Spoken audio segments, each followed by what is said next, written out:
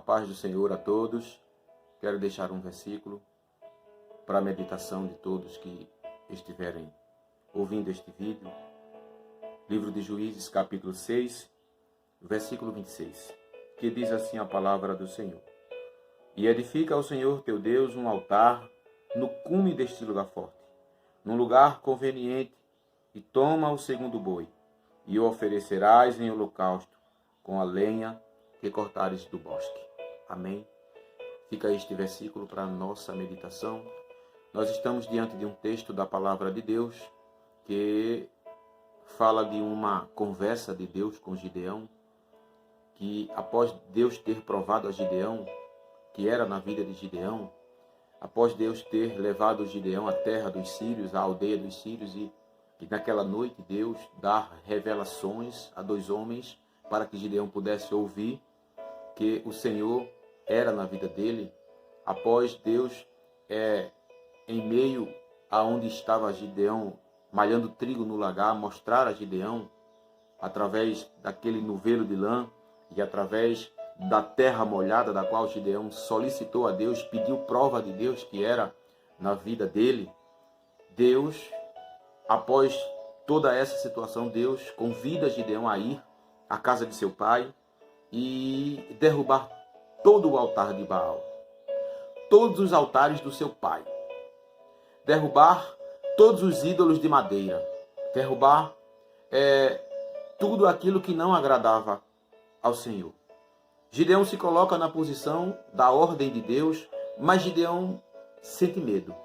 Sente medo, e a Bíblia diz que Gideão não faz isto de dia. Gideão, através do seu medo, deixou que isto viesse acontecer durante a noite. E a Bíblia nos fala que Gideão, irmãos, ele se coloca nesta posição, convida alguns homens para ir com ele, mas Gideão vai ali naquele lugar e derruba todos os altares de Baal que ali estavam.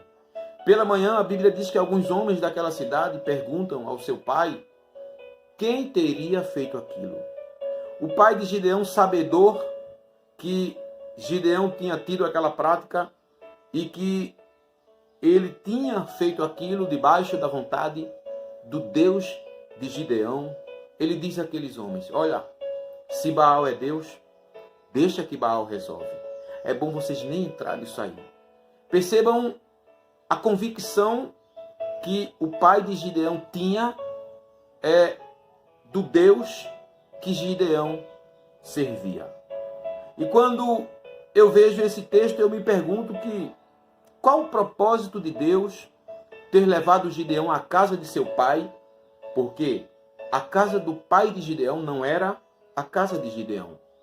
Deus poderia ter um relacionamento com Gideão, mesmo o pai de Gideão estar servindo a outros deuses, mesmo o pai de Gideão estar adorando a outros deuses, mas o que era para ser levado em consideração naquele instante era o relacionamento de Deus com Gideão.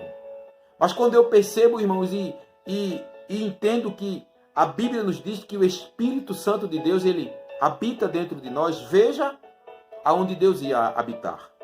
Deus ia habitar dentro de Gideão, na vida de Gideão, mas um lugar aonde o Senhor não estava se agradando daquela situação.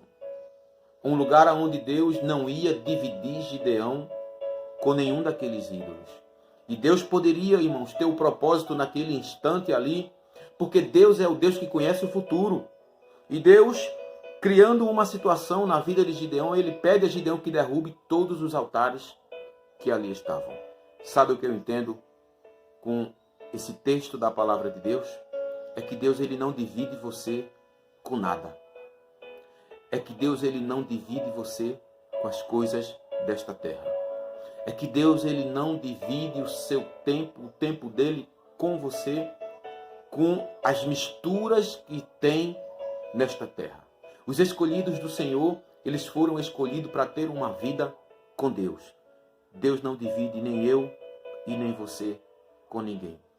Quando Deus convida alguém para andar ao seu lado, quando Deus chama um homem para andar ao seu lado, irmãos, existem muitas renúncias. Existem situações que aqueles que praticam não poderão mais fazer. Porque Deus, ele não divide você com nada. Deus, ele não aceita, irmão, que sobre nós exista ou tenha algo que venha desagradar ao Senhor. Não podemos servir a dois deuses. Não podemos servir a dois senhores. Ou adoramos a um, ou servimos a um e aborrecemos o outro. Não há condição de servir a dois deuses ao mesmo tempo. Não há condição de estar na presença de dois deuses, agradando esses dois deuses ao mesmo tempo. E quando eu me refiro a dois deuses, eu me refiro ao Deus de Baal.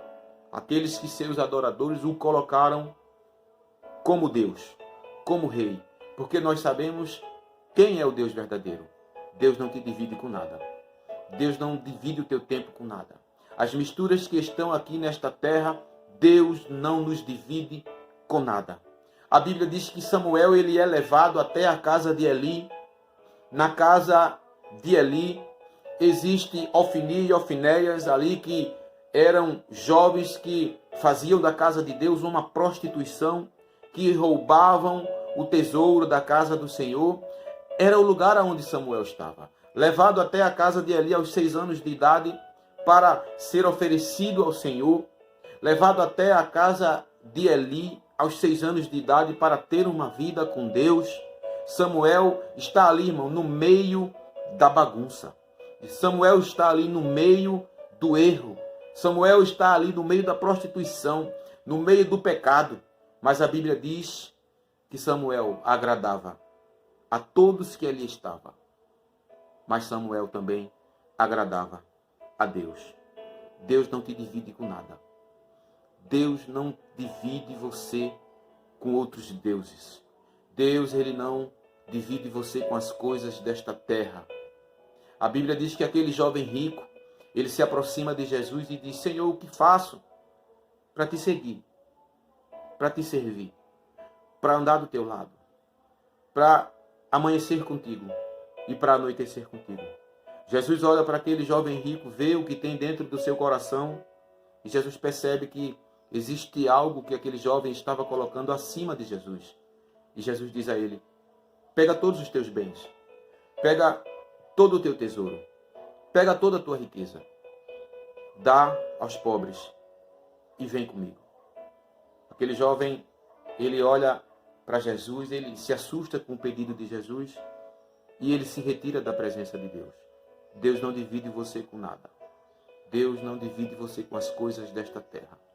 É necessário tirar os deuses estranhos, é necessário tirar as coisas que não agradamos a Deus da nossa vida para termos uma vida em santidade, para termos uma vida em condição de andar com Deus. Servimos a um Deus, irmãos, que é santo.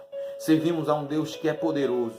Servimos a um Deus que pode todas as coisas. A Bíblia diz que lá no capítulo 6 do livro de 2 Crônicas, Deus, ele olha para Salomão fazendo aquela oração em meio ao povo. Aquela oração em todo o capítulo 6, a Bíblia diz que lá no capítulo 7, Deus aparece a Salomão, após Salomão ter terminado o templo do Senhor, e Deus vai a Salomão e diz: escolhi para mim, Salomão, este lugar. Olha como Deus conhece o nosso coração. Escolhi para mim, Salomão, este lugar da qual tu construísse, para habitar no teu meio, para viver ao teu lado, para viver contigo. Mas no versículo seguinte, Deus, ele, após ter falado a Salomão que se agradava do templo, que iria participar da vida de Salomão, Deus olha para Salomão e diz assim: e o povo? E o povo, Salomão? Diz ao povo que volte atrás. Diz ao povo que venha até a minha presença. Diz ao povo que modifique os seus caminhos. Diz ao povo que venha para a minha presença. Deus, ele não nos divide, irmãos, com nada nesta vida. Deus, ele não nos divide com nada, com as coisas de que não agradam ao Senhor. Eu não sei qual a tua vida neste momento, qual a tua condição, qual a tua maneira de viver, mas coloque isso na tua mente. Deus não te divide com nada. Coloca isto na tua mente. Deus não te divide com nada. Implanta isso no teu viver. no teu amanhecer, no teu deitar, no teu levantar. Deus não nos divide com nada. Foi necessário que Deus enviasse Gideão até a casa de seu pai. E que Deus desse uma ordem a Gideão, dizendo: derruba todos os altares de Baal. Veja o lugar aonde Gideão habitava. Veja o lugar aonde Gideão estava. Era necessário tirar tudo aquilo naquele lugar que não agradava ao Senhor. Deus não te divide. Deus não faz separação. Deus não aceita com que a nossa vida ela seja uma vida distante da vontade de Deus. Amém? Que Deus continue te abençoando. Pensa nisso. Deus não te divide com nada.